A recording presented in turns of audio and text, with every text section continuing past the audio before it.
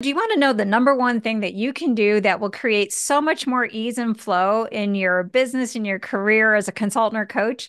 Well, I'll tell you, it's not doing more, but it's accepting more of who you are. And you're going to find out more about this on this episode of the Enough Already podcast.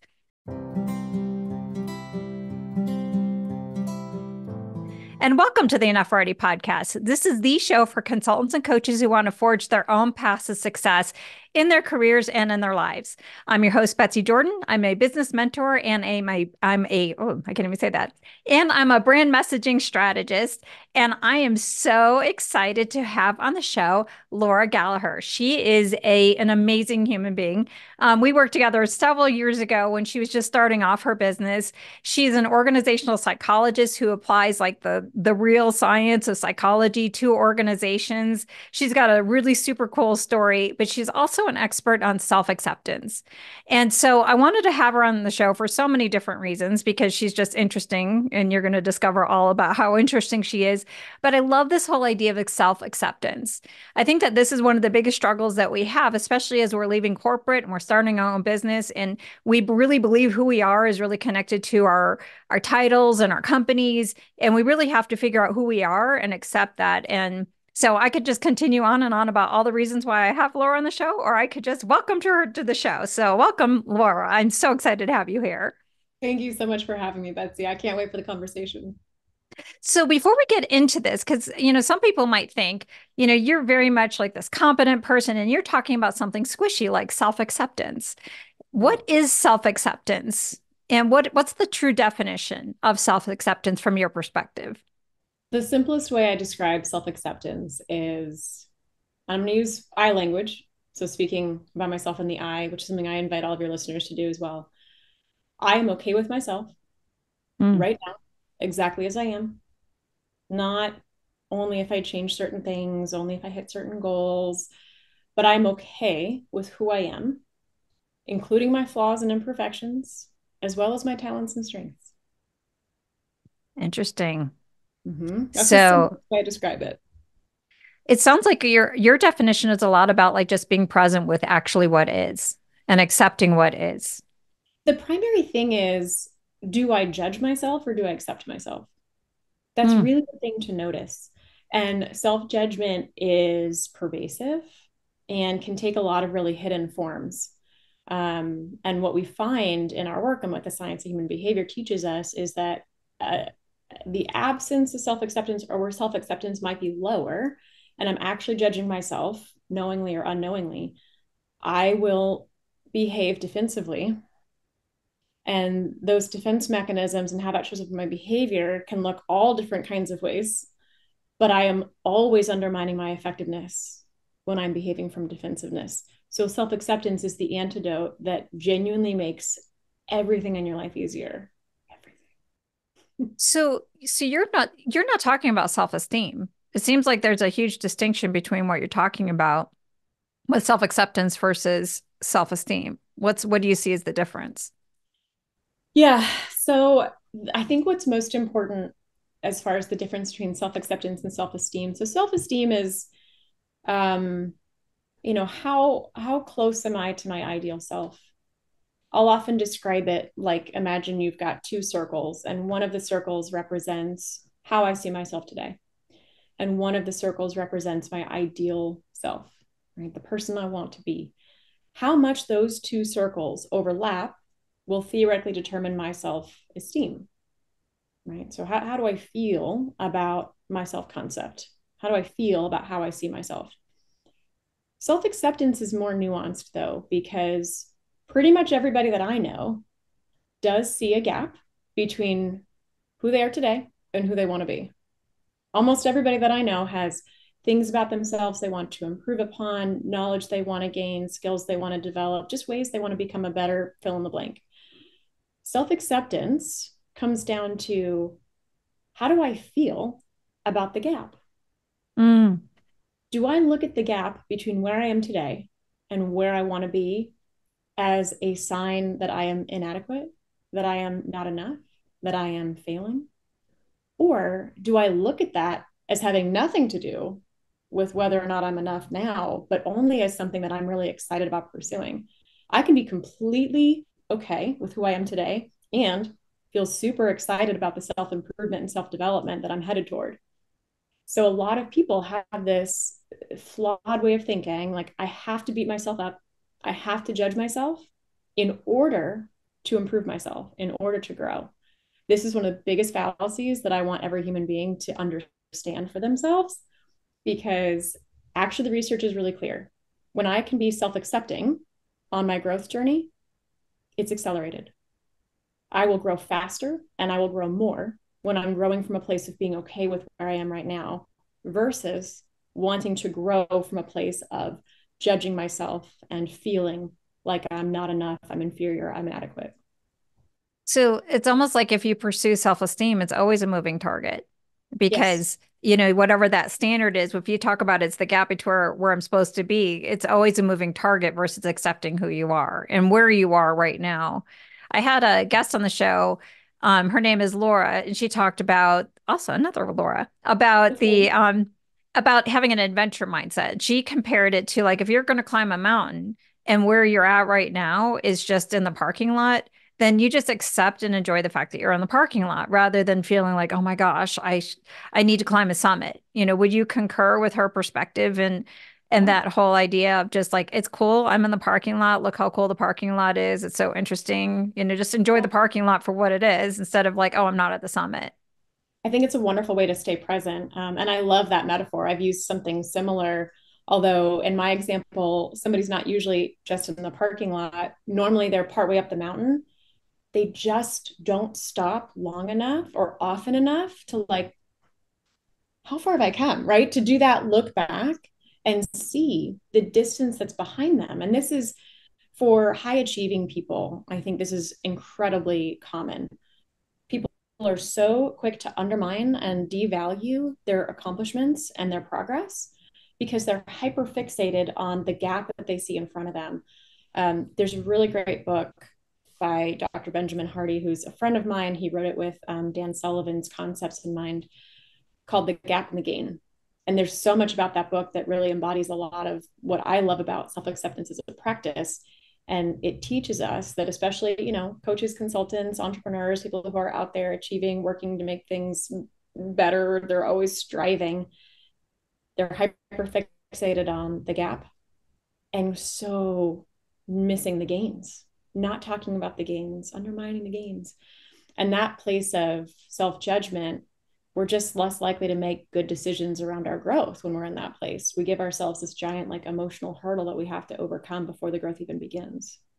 So interesting. And as I hear you talking about this, it's like, as you're describing your background too, like you are this, you have a PhD. You are a high achiever. You're an organizational psychologist. You work with companies like Disney and NASA, and you do all of this stuff. How in the Mhm. world did you choose to go down this path of like becoming this expert in self-acceptance? So it was definitely an accumulation of moments. And there was one moment that does stand out to me more than others, which was, I think I was 30, 31, something like that. And it was kind of one of the first times that I realized like how full of it I was. Because as you pointed out, like I had been in school straight from high school, into undergraduate, straight to PhD. I began working for NASA while I was still working on the PhD. And so that was an incredible workload and just so focused on like achieving, achieving, achieving. And I remember telling my then boyfriend that I didn't want to get engaged or even think about planning a wedding until I finished school. But he only waited a couple months after I graduated to propose. And so then it went from like filling my time and focus on the achievement of school to now I'm working full time and I'm planning a wedding. And then it was, building the custom house. And then I started a business. And so now I'm, full-time job at NASA and I'm running this business on the side. And my then husband came to the office. I was like in my home office working, you know, working on my second job after already working a full day. He said, "Hey, Patrick and Kelly would love to go to a movie with us tonight. You want to go?" And I found myself just doing that deep breath of like, oh, I can't, babe. Like, I really have so much work to do, And he's like, come on, Laura, like, I always want us to go have more fun. Like, you're always working on stuff. And I said, I know, but it's only going to be like this until, and I realized I didn't have an honest answer to that, like, or end to that sentence. Like, until what? What? Like, everything that my brain was starting to fill in, I'm like, you're full of it. Like, it's only going to be like this until what? My revenue hits a certain point. It's only going to be like this until what? I hire somebody to join my team. Like, I'm building a business now. Like, at what level do I think I'm going to achieve where suddenly I'm going to give myself permission to have fun? And the fact that I caught myself in that, like, oh man, I have been on this hamster wheel of, without realizing it, feeling like I wasn't enough and constantly chasing that next accomplishment, that next achievement, in order to suddenly maybe feel like I was enough, like I could relax and enjoy myself, was it kind of shook me to my core a bit. And I want to tell you that, like, I immediately figured it out. And I was like, let's go to the movies. No, no, it wasn't like that. I was like, I can't. I have stuff to figure out. But it just drew my awareness to the fact that I could see myself differently, and that I was always going to be working on growing and building myself or my business or something. And so, what is missing? And I think that raised my awareness around, I want to understand this piece that's missing. What is this? Because I don't want to live my life constantly feeling like whatever I have or whatever I am isn't enough. And so that, combined with a whole bunch of other education and training, really brought this whole idea of self-acceptance into my life in a very real way. So I remember because I was working with you somewhere around that time. I think that that's when we met at the OD network, and you were one of my actually you were one of my early mentees when I had pivoted my business. But I remember you at the time, like you were like very clear, like, okay, I want to grow a team in this particular way. Like you always knew what your own mind was. And then all of a sudden it's like, oh, I'm going on a whole remote year. Like you were going down this one path. I remember of like building your team. You were very focused on that. And then the next second you're on a remote year. Yeah. Is that the time period where you're like, is that all within that same similar time period where you decided like, I just need to go travel? Um, I think that's probably like a 4 or 5 year period from kind of the story that I'm sharing now to the time that I went on the remote year. And so, like I said, it was a little bit of a slow unfolding for me. And as I sit here, 10 years later from the story that I was just sharing about sort of that recognition of the moment, this concept of self-acceptance knows no bounds. The depth continues forever and ever. And that's part of why I Mm-hmm. got this journey tattoo as What a does it reminder say? to myself. It says journey. Oh, Yeah, not the band. That's my other tattoo. I'll get that right here. yeah. But just a reminder that, and I think about the woman you're just referencing with the whole like being adventurous, right? Like, it's all about the journey, even in the parking lot. Like, that's part of the journey. Mm-hmm. And so, I think for me, it took a couple years to continue to put the pieces together and recognize that I could tell myself, you know what, I'll travel when I'm retired. When's that going to be? Right. And like, what am I waiting for that? Why am I waiting for that? And so there was a whole bunch of things that just had me continuously reevaluating what's important to me now. What do I want now? And what are the lies I'm telling myself that stop me from living that life now? Like, oh, I can't because, or it'll be easier when, it'll be better when. And so I actually made the decision to move to Sydney, Australia, was my original plan. And I ran into some visa obstacles, and somebody recommended remote year to me instead. So I did that. I was working the whole time, which made it its own huge challenge. And yes, I did. I interrupted some of the momentum of my business in doing that, but I was prioritizing an experience that I wanted to have rather than what I thought I'd be able to accomplish. Which is interesting because you wound up doing a TED Talk on that same thing. So I imagine that it felt like I was slowing down on my business, but it was actually propelling you to a different kind of stage. Yeah, I mean, the funny thing about me saying, you know what, I could wait to do this later. I could just do it now. I just did it. I just did it now. And I was like, you know what, I'm going to figure it out. I'll figure it out. And I did. I mean, I coped through it. And probably the hardest year of my life. like one of the coolest things I've ever done, and probably one of the hardest years of my life. And there are a lot of times throughout that year where I can, in hindsight, look back and see where my self-acceptance was low. And I can see how it was impacting some of my decisions and my view of life, and the times where I was feeling stuck or thinking that I wasn't empowered to make something different. And so doing a TED talk, the idea was, can you speak about home in the context of having traveled so much? But I ended up talking about, how to feel at home anywhere is always coming back to this idea of self-acceptance. Mm-hmm. The things that challenged me about traveling always came back to, how do I feel about myself in this context? How do I feel about myself when I don't even know how to order a burrito without cheese? Right? Or like, what's happening for me when I'm afraid of appearing like I'm an entitled American in this other country where I don't speak the language? And so every country that I went, there was a new a new challenge that changed how I saw myself, raised insecurities that I didn't even realize that I had. And so the whole idea of like how to feel at home anywhere always comes back to, what is my relationship with me? Am I okay with who I am and where I am right now in this moment? Or am I telling myself I'm only going to feel okay with myself when these things change? Right. That's the fallacy. Like I can create my life to be such a way where, I can feel safe enough to show up and be me, like it's something external when everything it Yes. does come to internal.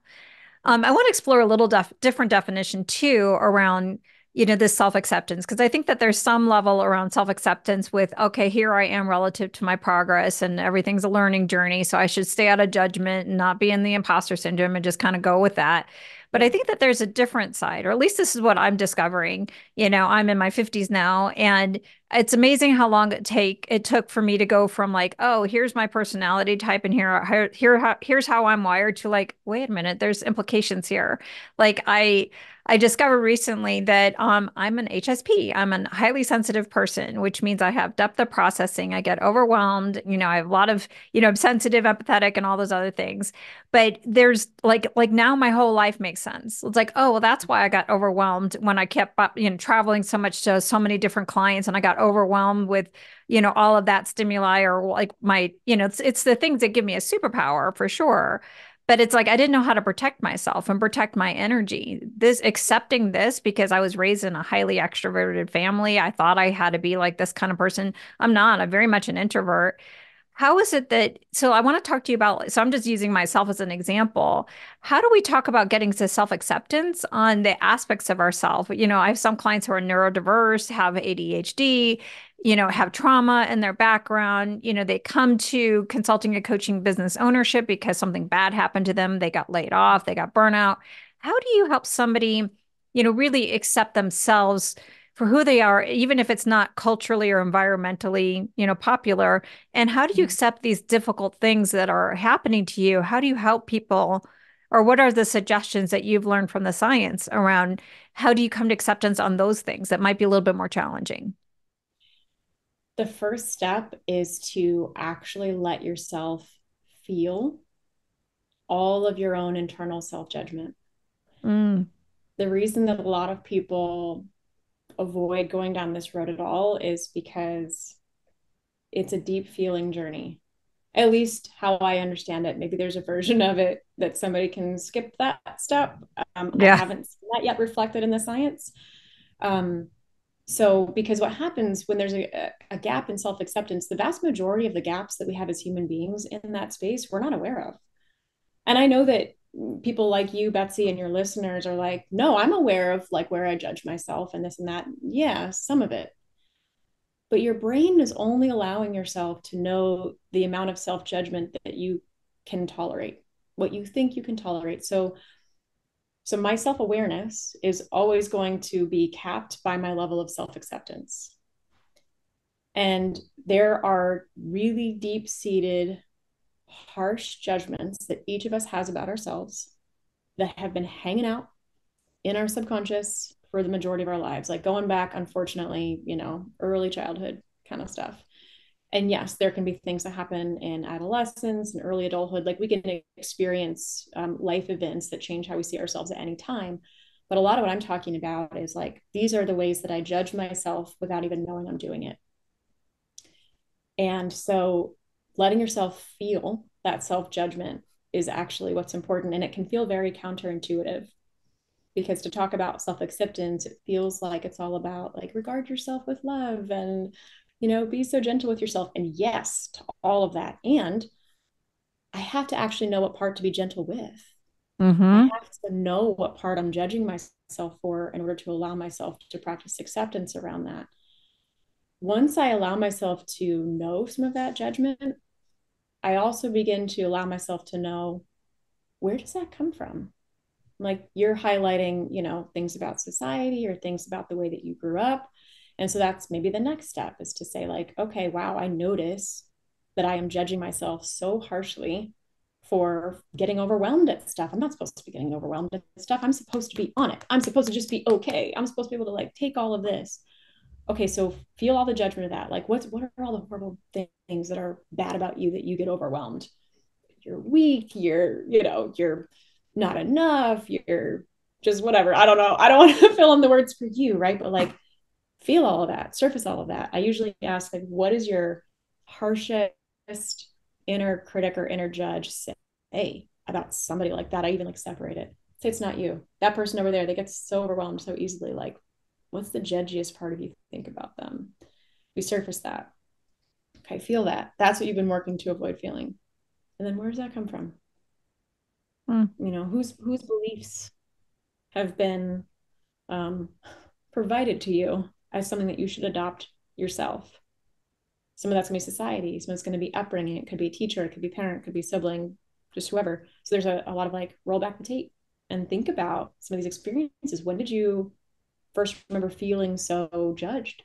Or when did you remember getting the implicit experience of like, oh, I watched my parents, they didn't talk about it, but I watched them. I watched how they were hard on themselves if they were overwhelmed, whatever it might be. Okay, so that's the second step. And then the third step is to actually step into compassion for them, Mm. right? I mean, where did that come from them? Like they didn't fully make it up themselves. We are all a product of our life experiences, and that tends to accumulate. And so it's feeling a lot of the negative stuff. It's identifying sort of how did this come to be? And then it's leaning into compassion. When I do all of those things, I actually stop making a lot of these past experiences about me. And now my self judgment drops dramatically because I'm not trying to internalize everybody else's stuff. It's so interesting. I don't know if you ever read Elizabeth Gilbert's Big Magic, and she talks Yeah. about, she talks about you're actually giving different advice than what she would say, because I always reacted when she said, "Well, just take fear and throw it in the back seat." I'm like, well, it doesn't seem very nice to fear. Like it's just trying to do, like it feels like it's like that's not really nice. And you're saying different is like instead of saying, I'm going to banish you to the back, I'm not going to give you a bad name and I'm not going to call you my gremlin, or be rude to that part of myself. It's just like, well, wherever that judgment is or whatever those issues are that are keeping me from being an acceptance, it's like, well, just sit with it for a little bit. Like, let's have coffee. Instead, you're saying, let's have coffee, let's chat about it, let's talk about it. And then from there, then it kind of like, maybe you could win over that trust a little bit of that part of you because you're being nice to it rather than, it goes to the back seat of the car. Absolutely. Absolutely. And I, it's so spot on. I love what you're saying because the thing to recognize in all of this that's so meta is my own inner critic is part of me. And so, yeah, if I try to like shut it down, if I try to battle it or fight it, I am still battling myself. I am still Yeah. now in a judgy place. If I can befriend the fear, if I can befriend the critic, then I'm in a much better position to ask it to operate differently with me. And I actually have used a similar metaphor of like fear is part of the human experience. That's okay. Just take note of when fear is driving and when you'd rather have something different like love or what we want for ourselves in the driver's seat, don't worry about fear. It's not going anywhere. Like it can hang out in the back, it's going to be there. And you know what, when it's really useful, fear is going to be loud enough, it's going to be like, watch out for that car. Like fear is not going to abandon you ultimately, but just notice if you're letting it drive or not. But that step of like becoming friends with it first, otherwise it's going to keep driving in ways that I don't even know. Right, that's true. It'll Mm-hmm. become a dysfunctional, like kind of like a participant in a meeting.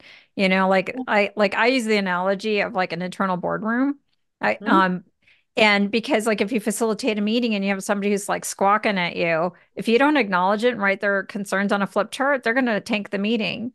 Nothing's Absolutely. gonna get done. But if I take a beat and say, tell me a little bit about what are you thinking? What are you feeling? Write it on Yes. the flip chart. And then I give that framing and empathy. It's like, so what I heard you say, and then all of a sudden they're like, chill.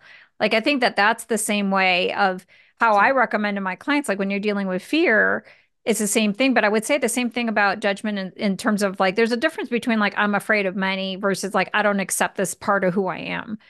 mhm, In that part, I think is still the same technique, if you will. mhm. So can you talk to me a little bit about, or actually, talk to the people who are listening who are consultants and coaches, business owners, and they are corporate like you were, and they're trying to accept, like, how would you apply the self-acceptance to them as they're making that leap, or they're trying to grow their business to the next level, or do the steps that you did around writing a book or doing a TED Talk? How would you use this self-acceptance to help fuel their success as a consulting or coaching business owner? So, on a pragmatic front, I would say a lot of it is about being willing to celebrate where you are and enjoy the journey. Right. Another reason why I got the journey tattoo is just this reminder that like the journey is literally all we have. Even if there's milestones and destinations that I'm excited for, even if, and I'm not on this train, but even if I was like, I'm building a business to sell it, my journey's not over, y'all. Like it Mm-hmm. doesn't end at that point. And so whatever steps your listeners have ahead of them, the things that they want to accomplish for themselves, great. But pragmatically, please allow yourself to feel proud of the progress that you've made, whatever it is. Like there's nothing too small to take credit for.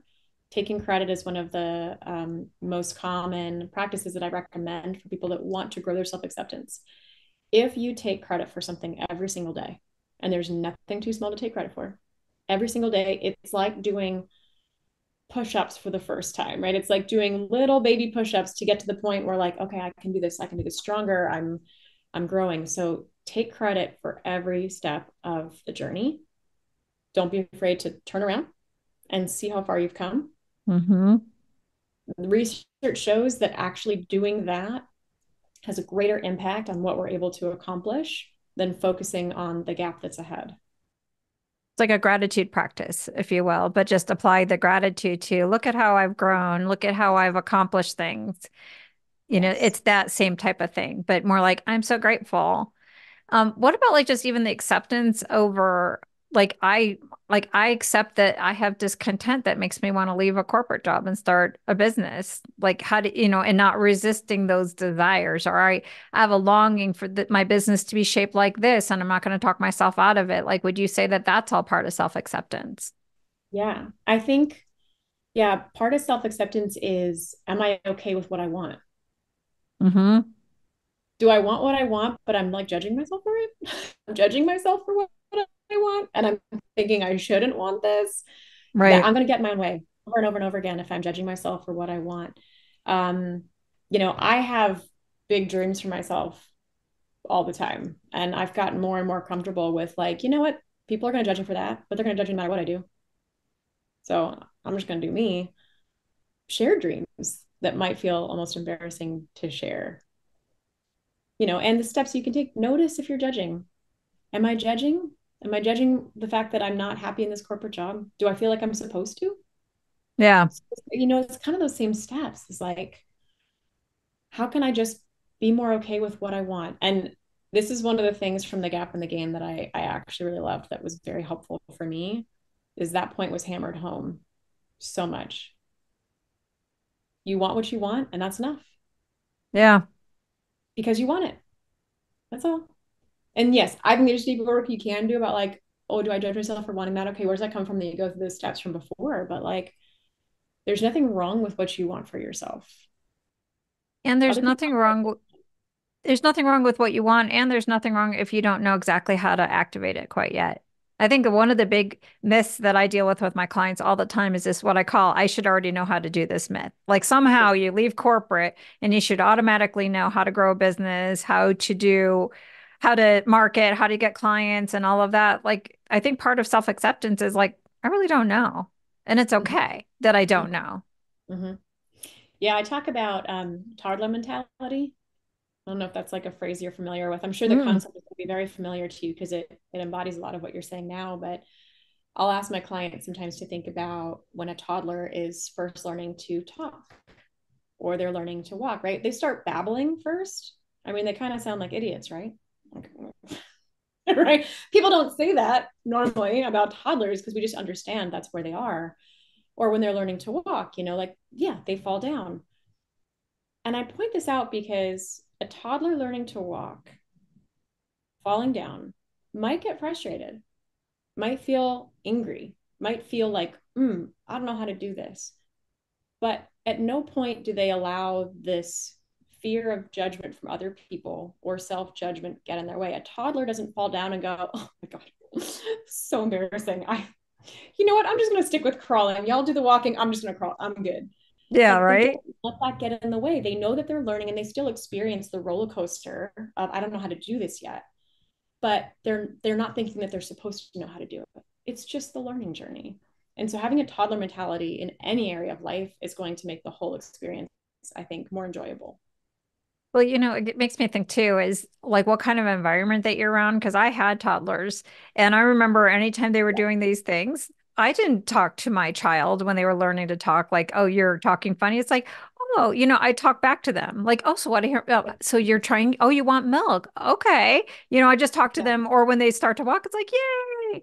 Like Yeah. we need to have like more environments, where like one of the things I always start off like I have weekly community meetings with my mentees, and I always start with the wins, and everybody has to share any sort of wins. And the goal is everybody has to clap because it's Awesome. like no matter what you're doing, it's like, yay, when we don't do that, or we don't always force Yeah. ourselves in these environments where people are saying, yay, good job, Yeah, you and that's know? wonderful. You do that and you create that kind of community. I mean, this is what I want people to seek these communities out for themselves if they haven't been part of it before. I want them to create them if they feel like they're in a position to do that.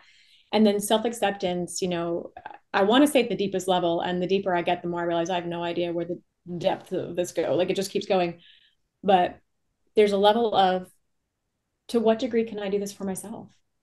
Yeah, Well, right? Because right. the more I'm able to do it for myself, the easier it is for me to create that kind of environment for other people. So I imagine it's been a big part of your journey and you've grown a ton in your self-acceptance over the course of your life and your career, which makes it easier for you to create that kind of environment for other people.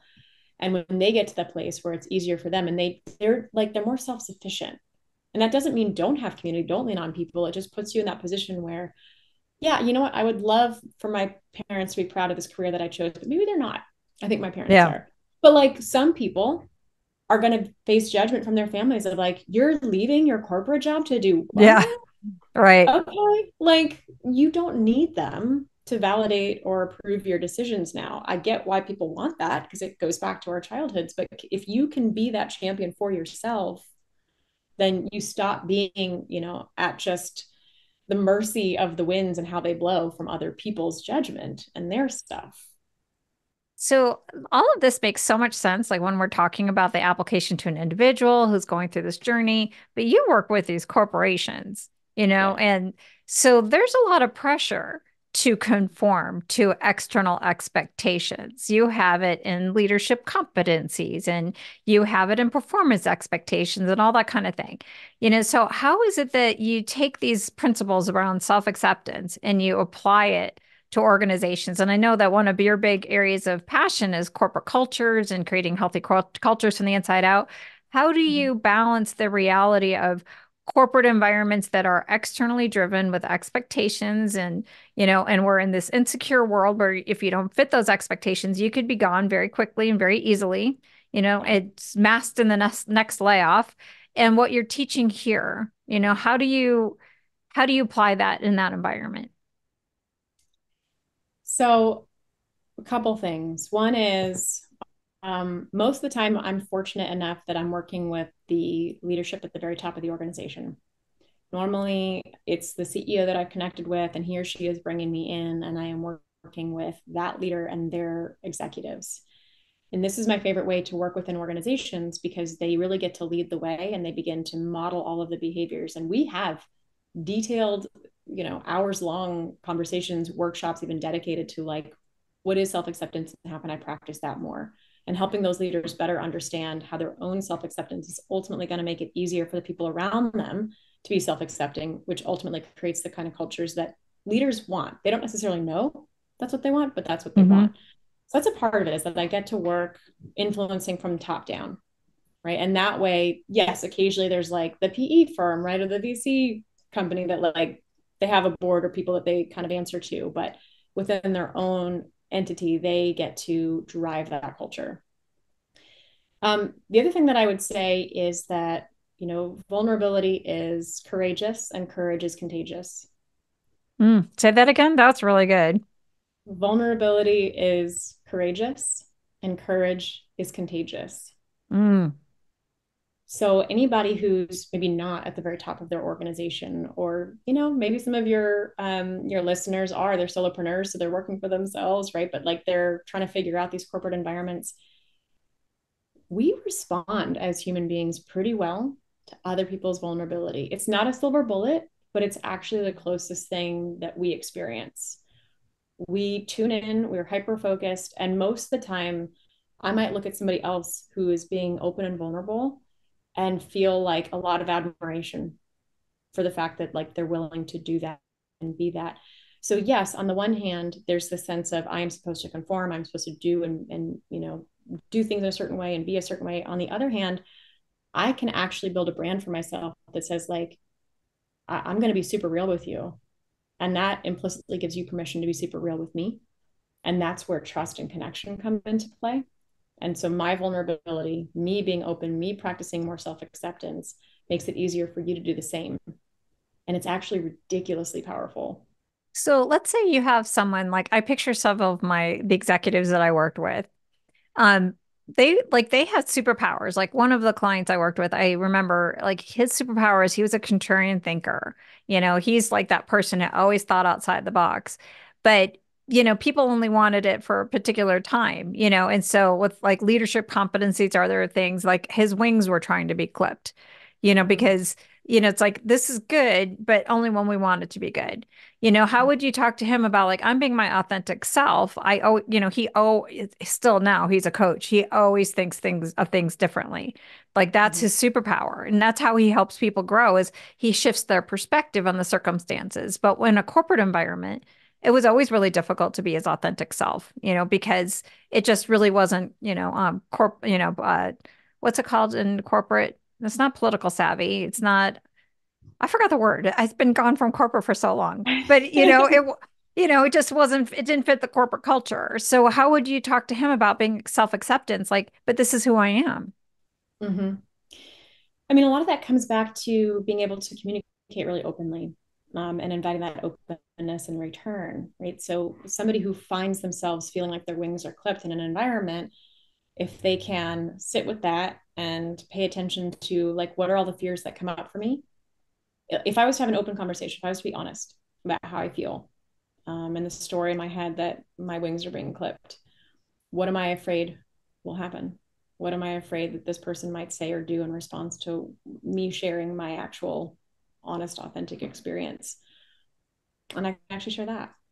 It's a tool that we reference in our work called First Truth First, which is like, and it stays with this whole thread of like authenticity and vulnerability. Like I can actually address at the meta level what I notice happening and what I want. And of course, all of this really only works when I'm also super willing and able to listen.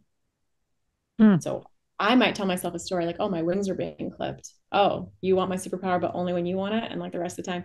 So I've probably got some defense mechanisms going on for me that I'm not fully aware of.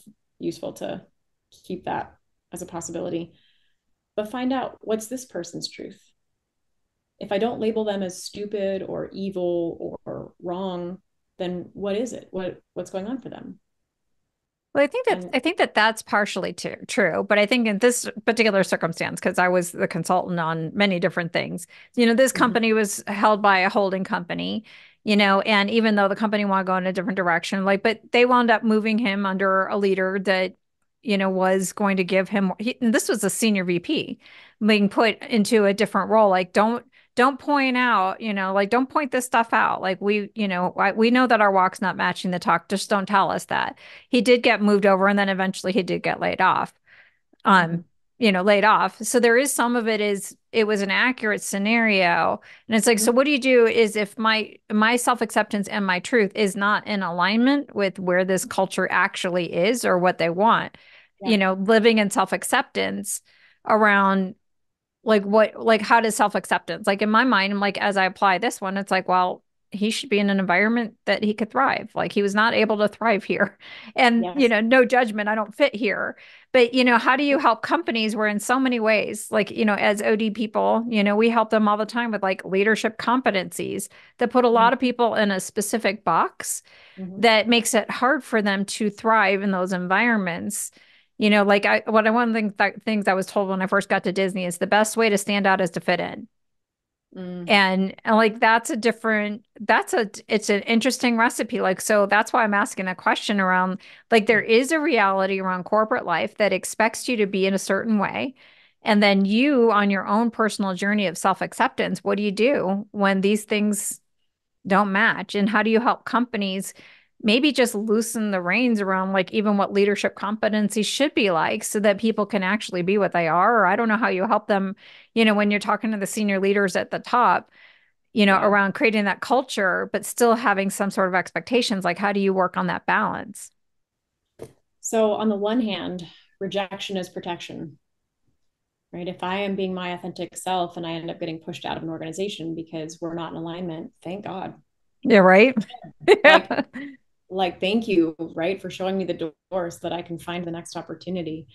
I mean, I think that's really useful to keep in mind, is that it's not a bad thing to make a decision to say, I am not aligned with the culture of this organization. Our values don't align. That is not bad. I don't have to judge the organization.